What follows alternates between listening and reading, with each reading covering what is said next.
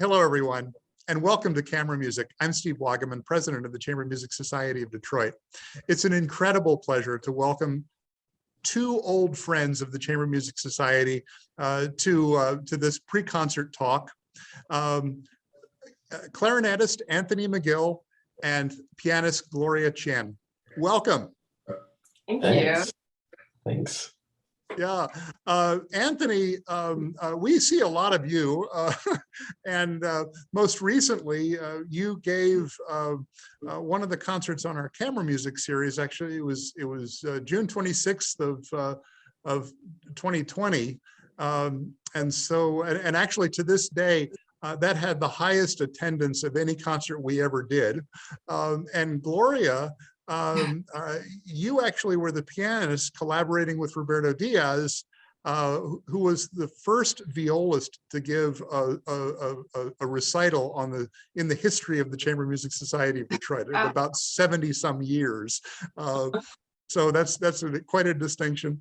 At any rate, we're so thrilled that you're coming together on November 13th for a joint recital. But before we get into that, let's start with Anthony. What have you been up to since we saw you 15 months ago? Oh my gosh, a lot. I started doing quite a few of those kind of performances digitally, online presentations all year. And I started back with the New York Philharmonic since then. I spent the summer, I went to Marlborough this summer and played chamber music. I did all kinds of things like that. I've been teaching constantly nonstop, of course, in person now. And, the world has changed so much. It's like, it's all coming on at once, which is amazing, which is wonderful. So yeah, I've been really busy, I guess you could say. Yeah, well, I remember that when you played for us, it was your first recital in the pandemic, and I think even your first trip out of New York City. And so we felt incredibly honored to have you for that. And even before you came up there, you were already making just a huge impact at the intersection of classical music and the Black Lives Matter movement. You were an inspiration to so many people. Yeah, it was an amazing time. And a challenging time for sure, but you gave us hope, gave me hope that everything was going to go back to normal. We were in that building together, and that was my first building that I'd been in that wasn't my home, actually, during the pandemic. So that was an adventure, to like be in a space with other people. Well, and you've got young kids, and you don't want to take that home. Right, exactly. Yeah, well, thank you for that. And Gloria, you've been busy too. You run a couple of festivals, and I guess one of them is going on right now. Yeah, the year-round series, String Theories in Chattanooga. So that's going on right now, but also Chamber Music Northwest too. We have a summer festival and a year-round series. And Lake Champlain is just during the summers. But yeah, it's been challenging, as you know, I'm sure, navigating how to still connect with our patrons through this time in many different ways, but also a lot of opportunities. So it's been great to be back live and playing live in front of audience. Yeah. Well, I'm really excited by the performance you're giving here in the repertoire for the program. The program is beautifully designed. You've got an opening work on each half for the two of you separately. That is, with Anthony opening the first half alone and Gloria opening the second half alone. Gloria, tell us about this piece you're doing. It's the one thing on the program I didn't recognize at all. Yeah, this is also new for me. So this song is a Taiwanese folk song, and it's, if not the most recognizable or popular, it's one of the most loved folk song. And it's, about love, young love, and waiting for love to return.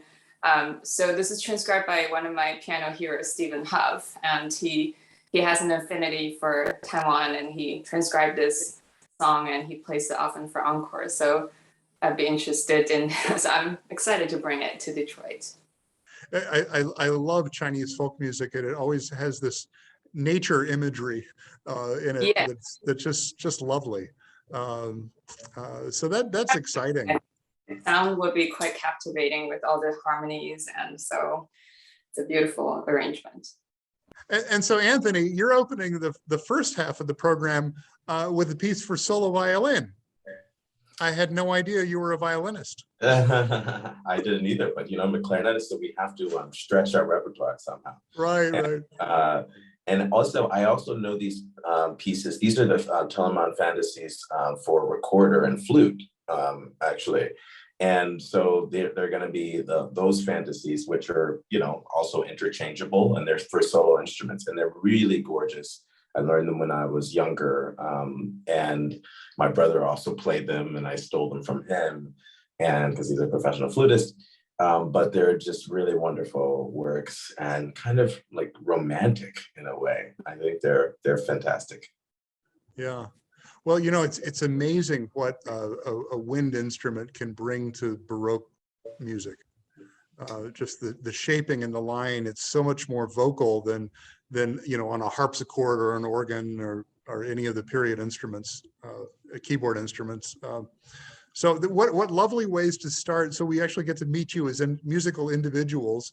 And then finishing the first half and finishing the second half are two of the massive chestnuts for the combination of piano and clarinet. Tell us a little bit about the Brahms Clarinet Sonata. Yeah, it's one of the great works of all time, really. And, how can I say, Brahms wrote these, he came out of retirement to write them. He was inspired by this clarinetist, Richard Mühlfeld, and really saw him and this player as his muse, to bring back that spirit. And so there's a lot of looking back to some of his old work and his life, kind of the feeling of nostalgia, the feeling of, in a way, sadness, a deep sadness, but also a beauty, a simple beauty, kind of one that one arrives at in older age, I suppose. And just a peaceful but also triumphant beautiful work. This sonata is one of the two clarinet sonatas, and kind of a favorite of ours to play. So I'm looking forward to it. Well, and Brahms at that point in his life, I think he had already kind of, to the extent they understood it back then, had already received a fairly dire health diagnosis. He had liver cancer, and this almost like a spring that came out of that period. The late piano pieces, and then the songs for low voice, the sacred songs, are just amazing things from that period. And so it's like late Beethoven. It's this amazing late perspective from one of the greatest composers in history. And then at the other end of the scale, there's the Webern Grand Duo Concertant. To finish the program, that's where you get out the fireworks, right? Oh yeah. Yeah.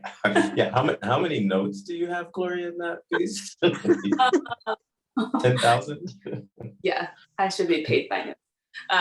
But yeah, it's one of the most virtuosic and fireworks and joyful, and it's operatic. It's got everything in it, and it's aptly titled concertant because it's so virtuosic for both instruments. So, but we always have a great time playing the piece. Yeah, well, those will be great. And then, perhaps the most interesting pieces of the whole evening are the two pieces that are sandwiched between the opener and the closer on each half. I know the James Lee Adana, because that's the one piece on this program that you also played last year for the camera music concert. But give us another introduction to that piece, because it's an amazing piece. Right. James Lee III is such an amazing composer, and he's become a good friend, and I've been playing his works for a while now.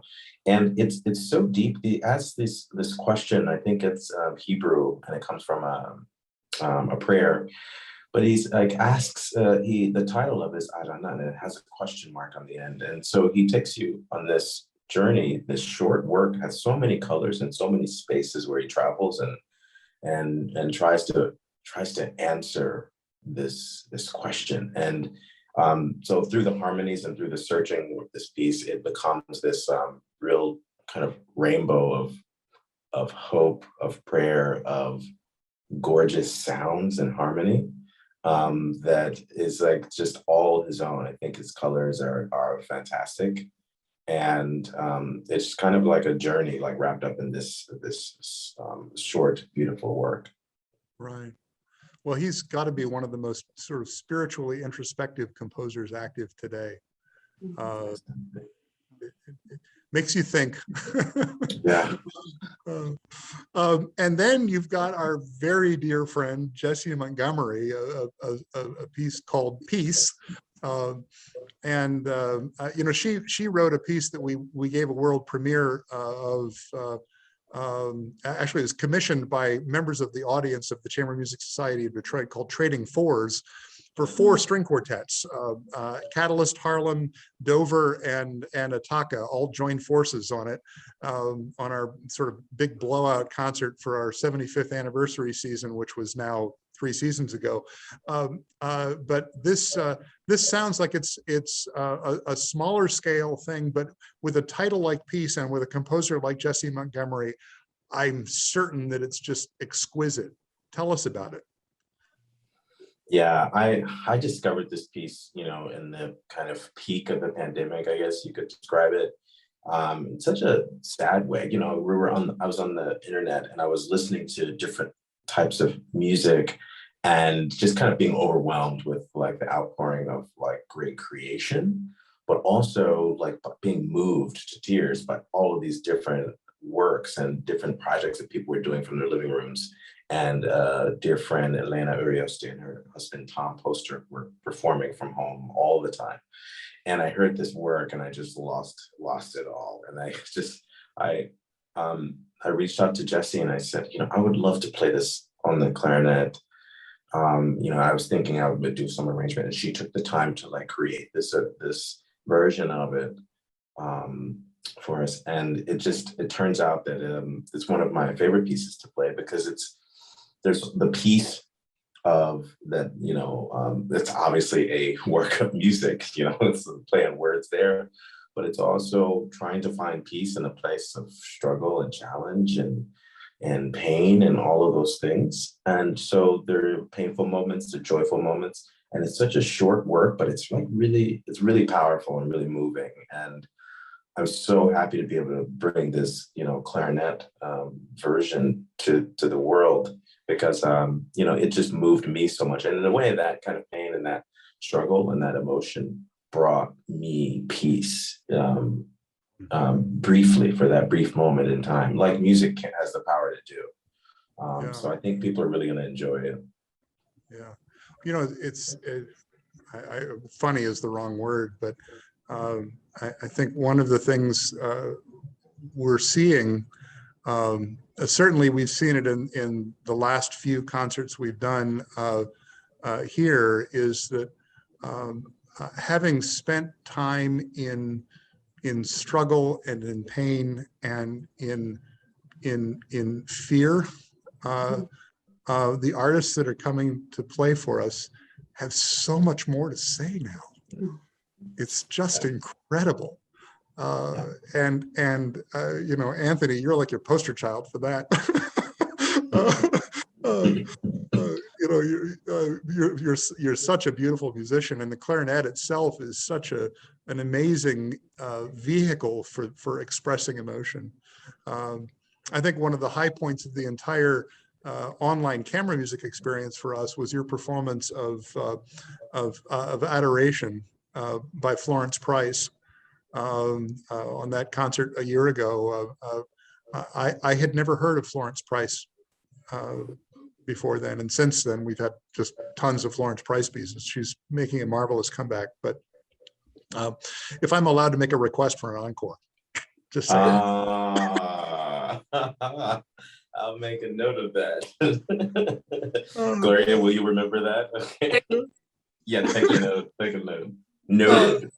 But you know, noted. Talk about, especially Gloria, because you know we've watched Anthony in action, you know, over the course of the pandemic. But Gloria, what has this kind of weird pandemic time meant for you? Well, I think for all of us, you know, it's just a heightened sense of every opportunity. We don't take anything for granted, whether it's playing a concert, getting together with friends, or even connection to a patron through Zoom or live, you know, a hug, let's say. I think that every single little thing and applause, you know, we don't take anything for granted. And like you said, we really treasure it. And so therefore there's a lot more to say. I think Jesse's piece, a great example, is just, it's very honest, but very pure. But there's so much passion and depth beneath it all. I think all of us being at home kind of built up that whole kind of reserve, just a tank of, you know, things that we want to express. And so this time of being able to go out and play again and connect with the audience this way, I think we're ready to give and to share music again. So it's very powerful. And, you know, for me, because I see it from both the presenter side and for performer side. And again, it's we just appreciate every moment and every opportunity we can get together and make music. Yeah. Well, and I, you know, I'm sitting here listening to you say this and sharing also your perspective as a presenter, and I'm thinking to myself, okay, what can we do to communicate what more there is now to experience when you come to one of these concerts? You know, it's different now, and in many respects, it's better now. And how do we convey that? Well, I think this. Yeah, I mean, I think Gloria can answer it better than I can as a presenter and a performer, but as a performer, I'll second what she says. Every time I've been in a space with people this year, it has felt like I'm so grateful and thankful to the audience. And that I think that comes off of the stage.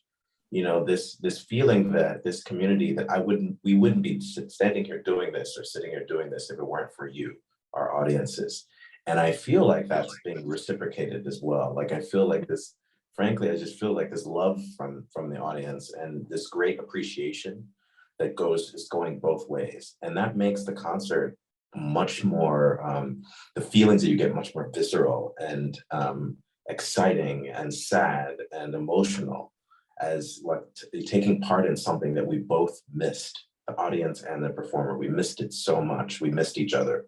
And so I'm traveling around, it's like I'm seeing old friends, you know, that's like what it's like. It's like performing for old friends and family together. And it's really been moving and really emotional and special. So that's what, if you stay at home, you can't get that. You know, it's true. It's true. It takes a lot for all of us to come together in one room these days, you know, and it's a commitment, it's a choice. And I think and what we craved for the most was connection and also a mission of why we're playing music. And so I think all of that kind of is connecting back, and it's beautiful to see. Yeah. Well, and he's coming out right before the concert. Yeah. Right?